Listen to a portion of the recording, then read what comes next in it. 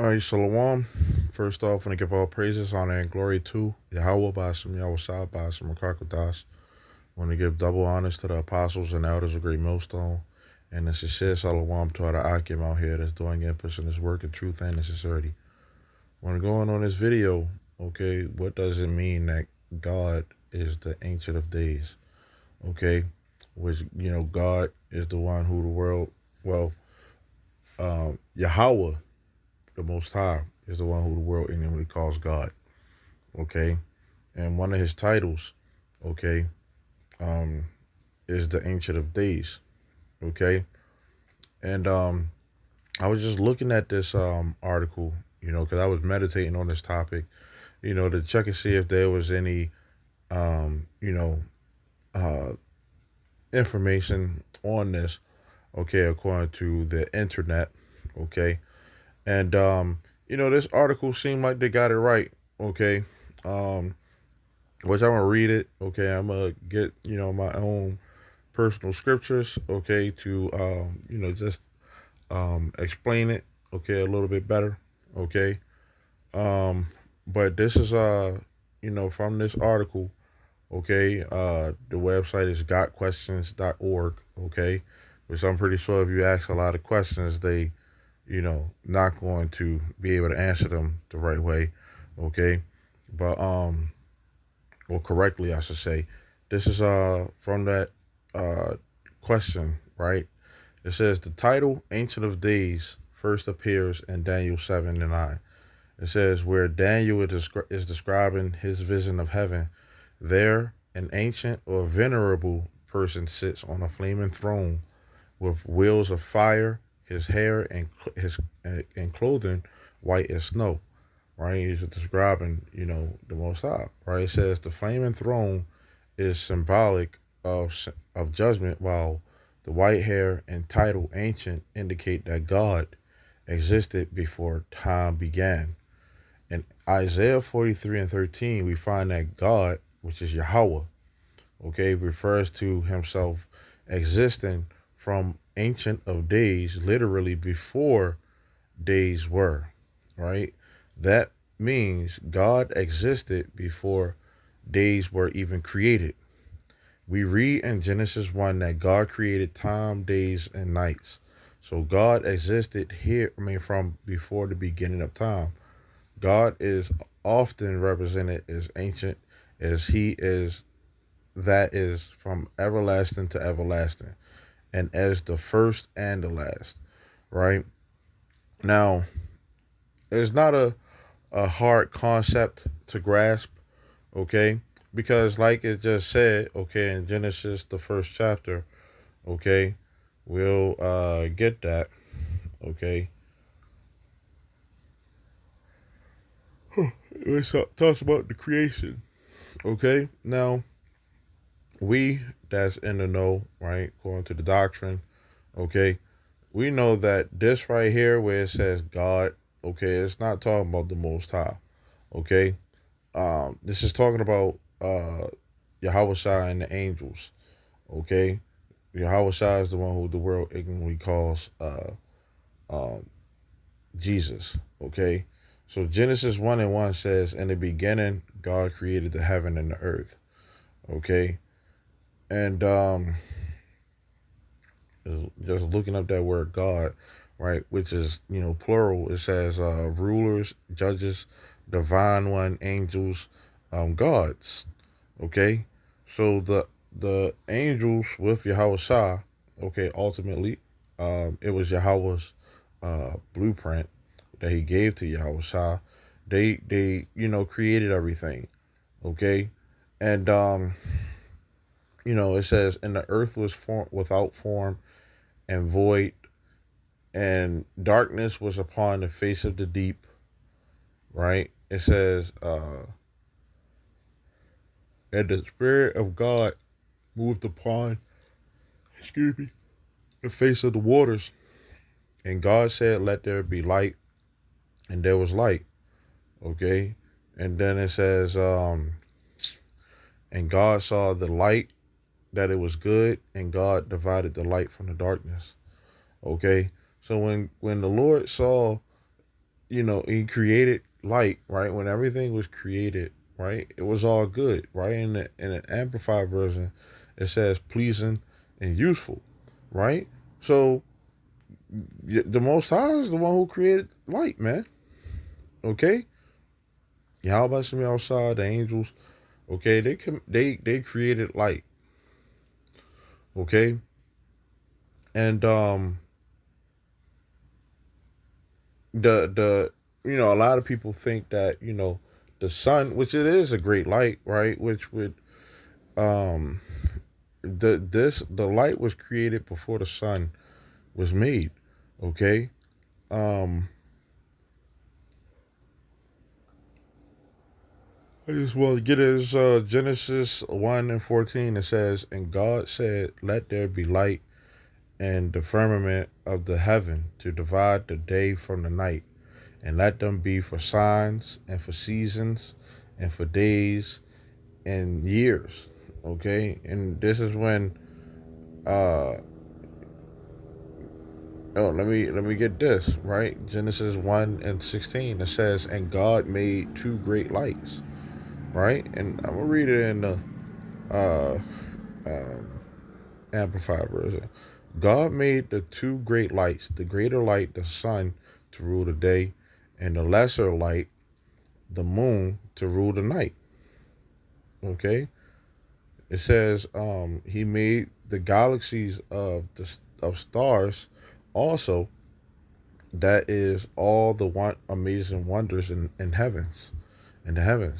So when we talk about the sun, or which is everything that we know are social constructs, okay, about what time you think it is, okay, what time you think it is, right? Like right now it be 10:10 p.m., right? But on the other side of the world, okay, it could be 10:10 a.m., okay, it could be 7 a.m., okay, 3 p.m., okay. So these are all social constructs, right? And you got to question what sun goes around the Lord, okay? What moon revolves around the Lord, okay? That ain't none, okay?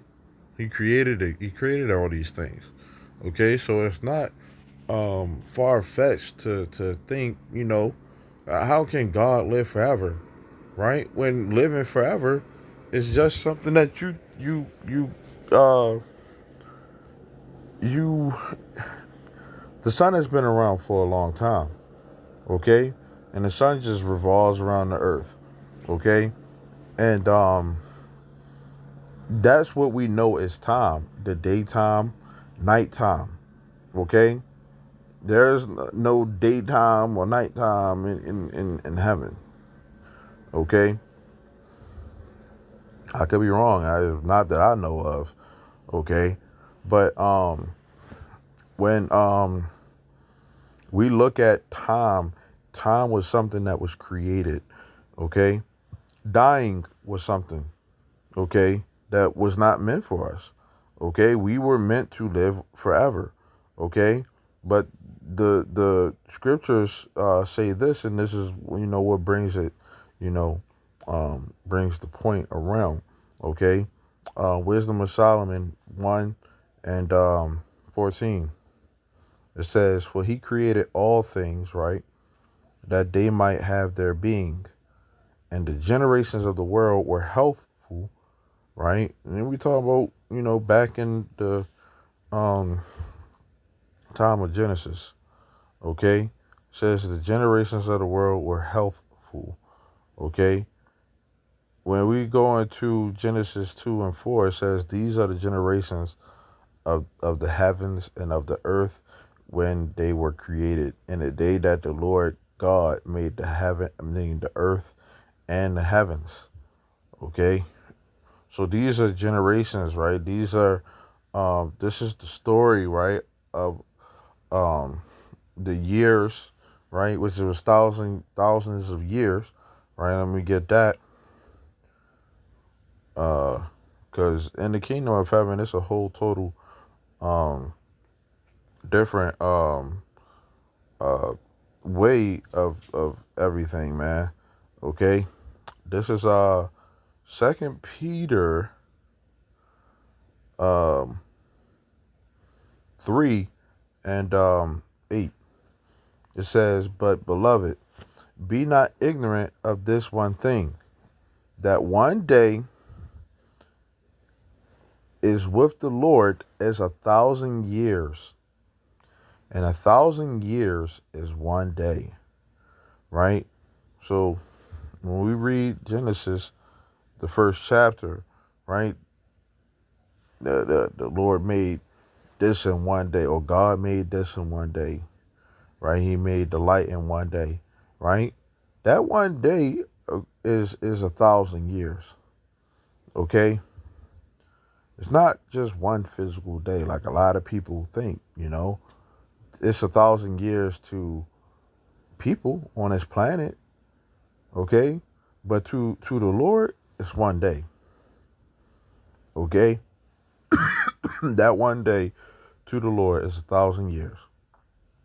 Okay, and you know that's something that a lot of people can't grasp their mind around. Okay, because they so used to life as they know it. You go to bed when it gets dark, and you're sleepy. The scripture says it's the spirit that lives, right? The flesh don't profit nothing. So just because you are alive don't mean that you living. Okay? This is Wisdom of Solomon, uh 1 and 14. It says, "For he created all things that they might have their being," right? "And the generations of the world were healthful," right?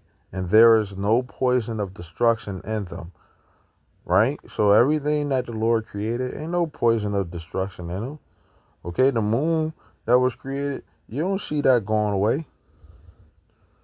Okay, that is hanging. What is it hanging on? Okay, it's suspended in the air. Okay, and it's circulating.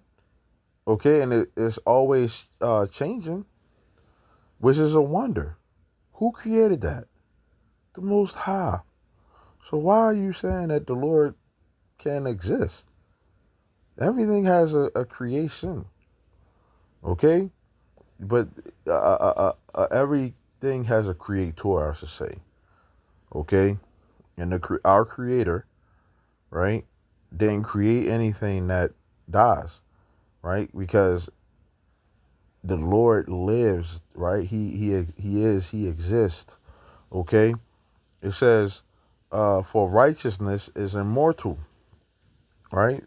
So a whole total different way of thinking in the kingdom.